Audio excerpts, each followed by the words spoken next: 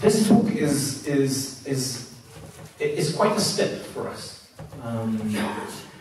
It was 4 years ago, a bit more, as we were approaching the 10th anniversary of the Second Intifada. After interviewing hundreds of soldiers, we felt that we want to say something more. Not just to publish the stories, but we want to basically do analysis of how we control the Palestinians. Yeah, basically to do analysis of all the testimonies of the soldiers that we gathered.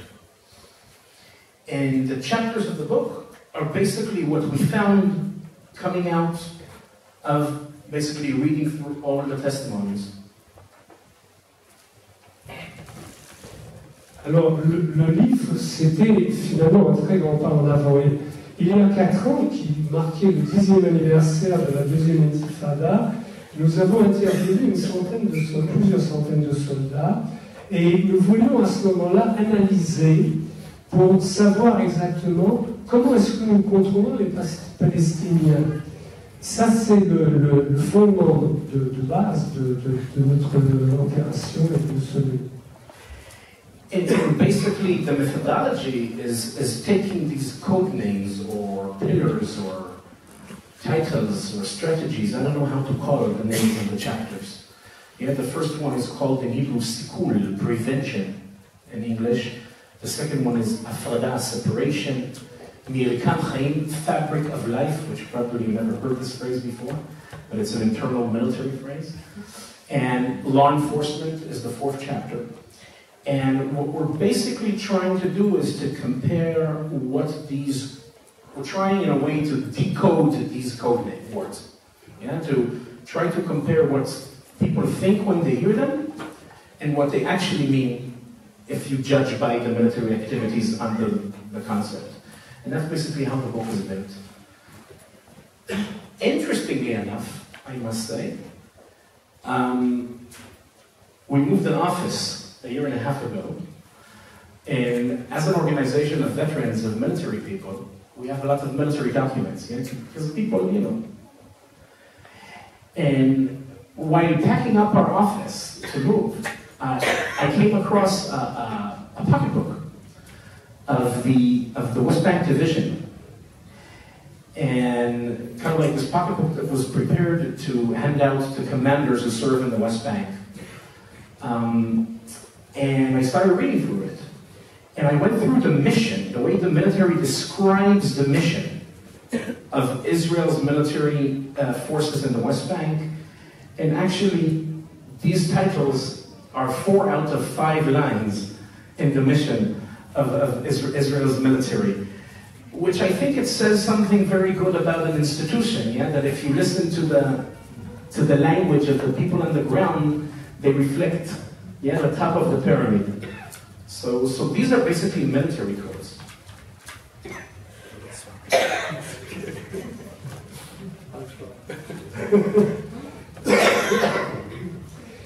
Il est intéressant de noter que nous avons progressé un petit peu depuis 1 an et demi. Nous avons déménagé et comme nous sommes des vétérans de l'armée, nous possédons beaucoup de documents militaires. Et lorsque je faisais les bagages, j'ai vu un petit fascicule qui était destiné aux commandeurs des différentes unités de l'armée israélienne. Et j'y ai trouvé 4 chapitres qui s'appelaient Sikul, prévention du terrorisme, Afrada, qui est la séparation de la population israélienne et palestinienne, et Milcham al-Hayim, qui est la fabrication de l'être de l'existence palestinienne, bien entendu, et finalement Achifa al-Rock, qui est l'application des lois dans des territoires occupés. Et alors, ce qui nous intéressait, c'est comment comparer la compréhension de ces termes, comment décoder, si vous voulez, ces mots, ce que les gens pensent, ce qui se passe, et ce que, en vérité, cela veut dire sur le terrain. Et j'ai vu les 4 ou 5 de ces lignes-là, et ça en dit long sur l'institution et la manière dont cela est reflété dans la compréhension du public en général, et des militaires, bien entendu. Alors, peut-être, en guise d'exemple, on pourrait parler de la première partie, la prévention du terrorisme. Qu'est-ce que ça signifie exactement pour l'armée israélienne, la prévention du terrorisme? Qu'est-ce que ce non-code englobe comme acte réel sur le terrain?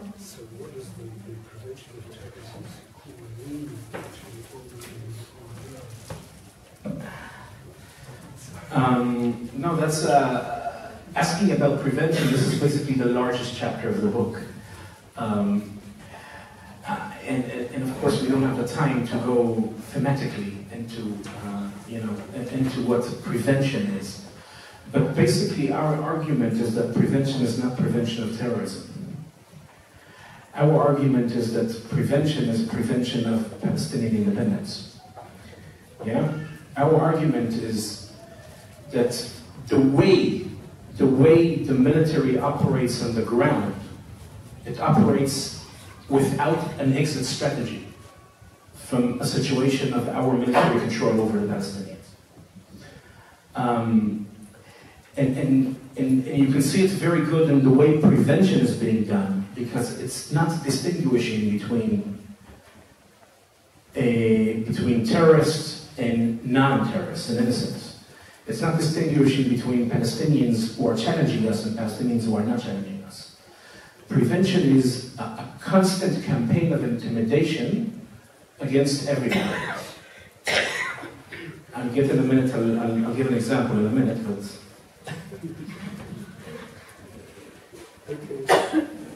you made a mistake by coming here to translate this. I got upset before it.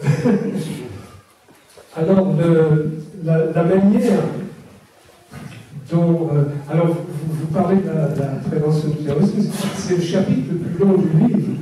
Et notre argument à nous, c'est qu'il ne s'agit pas de prévenir le terrorisme, mais de prévenir l'indépendance palestinienne. Et la manière dont les militaires se comportent sur le terrain est bien évidemment sans une stratégie de sortie. Et cela est facilement très facile à voir. Il ne s'agit pas on ne fait pas la différence entre les terroristes et les non-terroristes. On ne fait pas la différence entre les Palestiniens qui font opposition et les Palestiniens qui essayent de vivre leur vie. Et il s'agit d'une campagne constante, sans cesse, d'intimidation de la population. Et je vais maintenant vous donner un exemple. Yeah, one of the, again, we're not going to go into every tactic, but I'll just bring one example, is what we call in the military, making our presence felt. I don't know how many of you have heard this phrase before. What does it mean? In the Israeli military, we have the concept says this: if Palestinians will get the feeling that the Israeli military is all the time, everywhere, they'll be afraid to attack. So what do you do to make them feel this way? Let's take Hebron as an example, where I served for 14 months. Right now, as we are sitting here in this room, there is 2 military patrols in Hebron, and that's their job.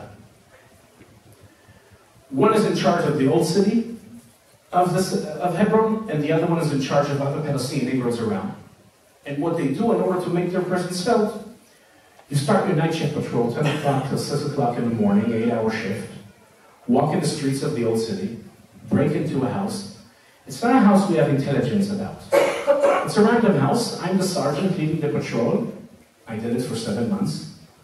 Choose a random house, wake up the family, men one side, women the other side, search the place. You can yourself imagine the dynamics, what happens when a military unit enters in the middle of the night to a family.